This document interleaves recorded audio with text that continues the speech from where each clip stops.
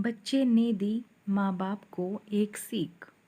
किसी गांव में एक बूढ़ा व्यक्ति अपने बेटे और बहू के साथ रहता था। परिवार सुखी संपन्न था। किसी तरह की कोई परेशानी नहीं थी।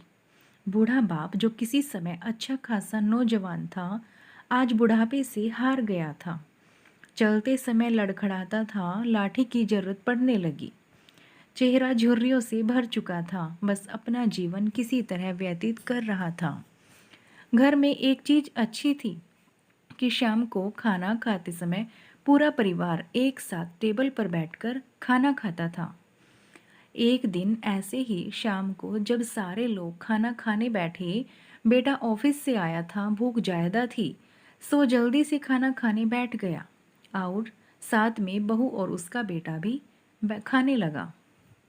बूढ़े हाथ जैसे ही थाली उठाने को हुए, थाली हाथ से छिटक गई। थोड़ी दाल टेबल पे गिर गई। बहू बेटे ने घृणा दृष्टि से पिता की ओर देखा और फिर से अपना खाना खाने लगे।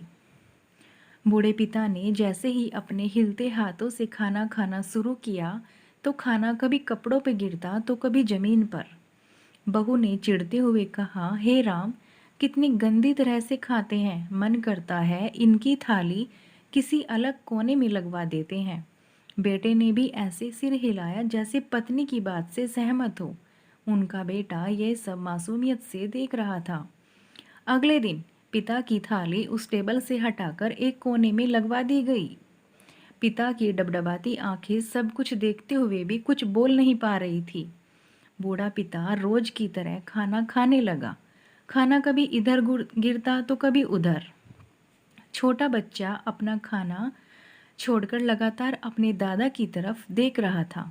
माँ ने पूछा, क्या हुआ बेटे, तुम दादाजी की तरफ क्या देख रहे हो और खाना क्यों नहीं खा रहे हो? बच्चा बड़ी मासूमियत से बोला, माँ, मैं सीख रहा हूँ कि वृद्धों के साथ कैसा व्यवहार करना चाहिए। जब मैं बड़ा हो जाऊंगा और आप लोग बूढ़े हो जाओगे तो मैं भी आपको इसी तरह कोने में खाना खिलाया करूँगा। बच्चे के मुंह से ऐसा सुनते ही बेटे और बहू दोनों कांप उठे। शायद बच्चे की बात उनके मन में बैठ गई थी, क्योंकि बच्चे ने मासूमियत के साथ एक बहुत बड़ा सबक दोनों लोगों को दिया था। बेटे ने जल्दी से आगे बढ़कर पिता को उठाया और वापस टेबल पे खाने के लिए बिठाया और बहू भी भागकर पानी का गिलास लेकर आई कि पिताजी को कोई तकलीफ ना हो। दोस्तों, इस कहानी से क्या शिक्षा मिलती है कि माँ बाप इस दुनिया की सबसे बड़ी पूंजी है। आप समाज में कितनी भी इज्जत कमा लो या कितना भी धन इकट्ठा कर लो, लेकिन माँ बाप से बड़ा धन इस दुनिया में कोई नहीं है। दोस्तों, आपको ये कहानी कैसी लगी हमें कमेंट कर ज़रूर बताइए।